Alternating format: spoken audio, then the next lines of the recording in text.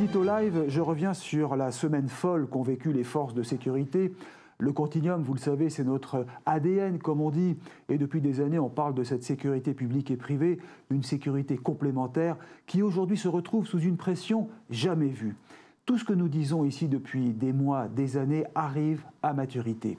La reconnaissance faciale, par exemple, eh bien, Bruxelles a toujours hésité. On se rend bien compte que cette technologie développée par le privé pourrait être un atout considérable dans la surveillance des lieux sensibles. Je pense aux aéroports, aux gares, aux commerces, et puis aussi aux écoles et aux lycées, comme le demande d'ailleurs le président de la région Auvergne-Rhône-Alpes. Et je suis pour également cette mesure. Ce sera important pour notre sécurité, rien ne doit être négligé.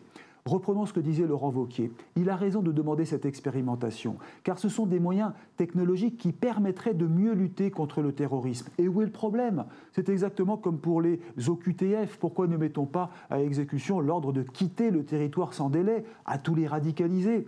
Seulement voilà, le droit actuel ne le permet pas. C'est donc la sécurité privée qui va agir avec la mise en place de caméras, de tourniquets, de portillons aux entrées des lycées.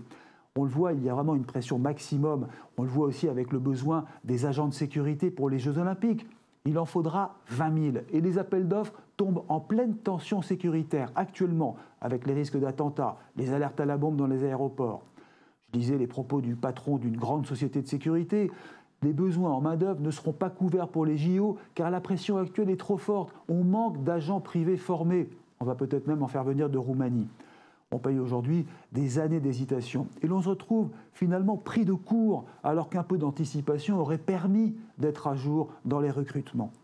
Ce n'est pas faute de l'avoir dit, de l'avoir répété.